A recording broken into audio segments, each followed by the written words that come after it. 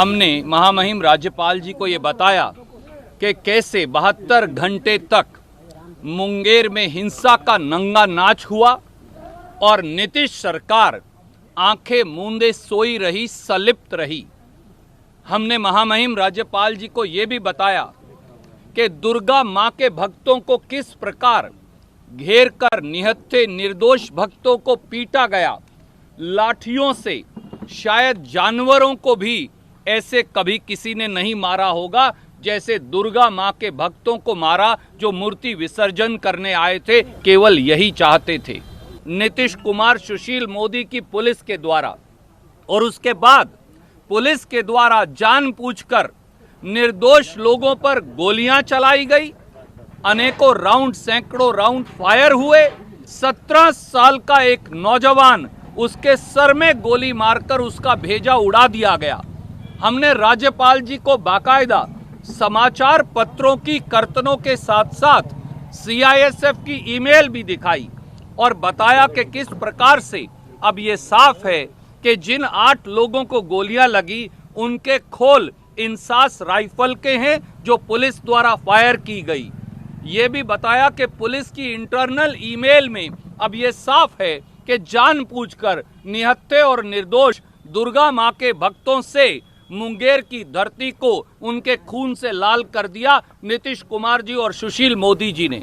SP मुख्यमंत्री नीतीश कुमार जी के सबसे नज़दीक सहयोगी की बेटी हैं और जो कलेक्टर हैं, डिप्टी कमिश्नर हैं, वो डिप्टी चीफ मिनिस्टर के चहेते हैं। उस वजह से हिंसा दोबारा हुई, उपद्रव दोबारा हुआ। हिंसा की हम निंदा करते हैं, पर उसका कारण नीतीश कुमार और सुशील मोदी हैं। इसलिए हमने 3 मांगे रखी। पहली मांग, हमने महामहिम राज्यपाल जी को कहा कि नीतीश कुमार और सुशील मोदी को मुख्यमंत्री और उप मुख्यमंत्री पद पर बने रहने का अधिकार नहीं, उन्हें फौरन बर्खास्त किया जाए।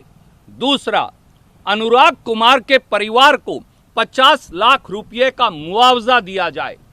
तीसरा, जो अधिकारी हैं, पुलिस के अधिकारी हैं, प्रशासन के अधिकारी हैं, उनको सस्पेंड कर उनके खिलाफ एफआईआर दर्ज की जाए और एक निष्पक्ष इंक्वायरी की जाए ताकि दूध का दूध, पानी का पानी सामने आ सके। मुंगेर में दुर्गा माता की विसर्जन का जो जुलूस निकला, वहाँ हिंसा हो गई। हिंसा के बाद वहाँ पुलिस ने फायरिंग की, उसमें एक की मौत हो गई और बहुत लोग आज भी गंभीर रूप से घायल हैं।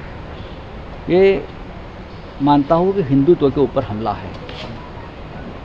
इस प्रकार से अगर दुर्गा माता के जुलूस पर हमला महाराष्ट्र में या पश्चिम बंगाल में होता तो मुझे पूरा विश्वास है वहाँ के राज्यपाल और वहाँ के सभी बीजेपी के हमारे जो पॉलिटिकल जो नेता है, राजकीय नेता है, वो सभी ने सबसे पहले वो मांग करते थे कि वहाँ राष्ट्रपति शासन लगाओ, सरकार को बर्खास्त करो और ये सरकार हिंदुत्व विरोधी है।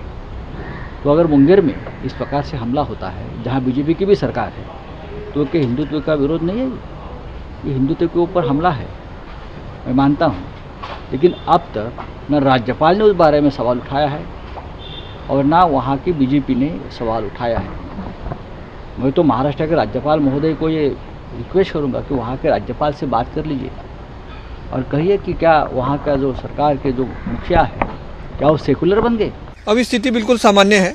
हमारा बल भी है, रोड्स पे है, सड़कों पे है, फ्लैग मार्च निकली है और हम लोग लगातार मॉनिटरिंग कर रहे हैं। इंश्योर हम लोग कर रहे हैं पुलिस की विजिबिलिटी से, प्रेजेंस से, और जो लोग कल उपद्रव किए उनको चिन्हित किया जाएगा। जो भी उसमें नियमबद्ध कार्रवाई है वो की जाएगी। लोगों का ट्रस्ट मेंटेन करने के लिए हम लोग लगातार लोगों के संपर्क में आएंगे, उनको समझाएंगे और आप लोगों के माध्यम से भी अपील करेंगे कि विश्वास रखें पुलिस पे। ऐसा कुछ नहीं है, जो भी स्थिति है उसको सामान्य किया जाएगा।